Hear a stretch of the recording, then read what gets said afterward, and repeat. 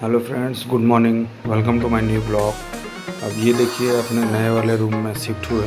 हालांकि ये भी रेंट में ही है, वो भी रेंट में ही था। अब वहाँ पे थोड़ा एक्चुअली क्या था कि वो रूम बड़ा था, मन नहीं लग रहा था। अब अकेले पड़ गए थे, हम भी अपने घर चला गया। अब यहाँ पे हम हैं और एक हमारे रूम पार्टनर मिश्रा जी। तो दिन में ही हालांकि शिफ्ट कर गया था, तो दिन में कुछ मीठा उठा कुछ बना लिए थे। अभी रात का ये खाना था, तो बोले कि थोड़ा सा क्या करा जाए। तो हम लोगों ने बाज़ार से रोटी लेके आ गए, और ये फिर उसके बाद से ये अंडा, मिश्रा जी बोले कि अंडा भुर्जी बनाते हैं। तो वही बस अंडा भुर्जी की तैयारी कर रहे हैं। ये देखिए बन जाएगा थोड़ा देर में।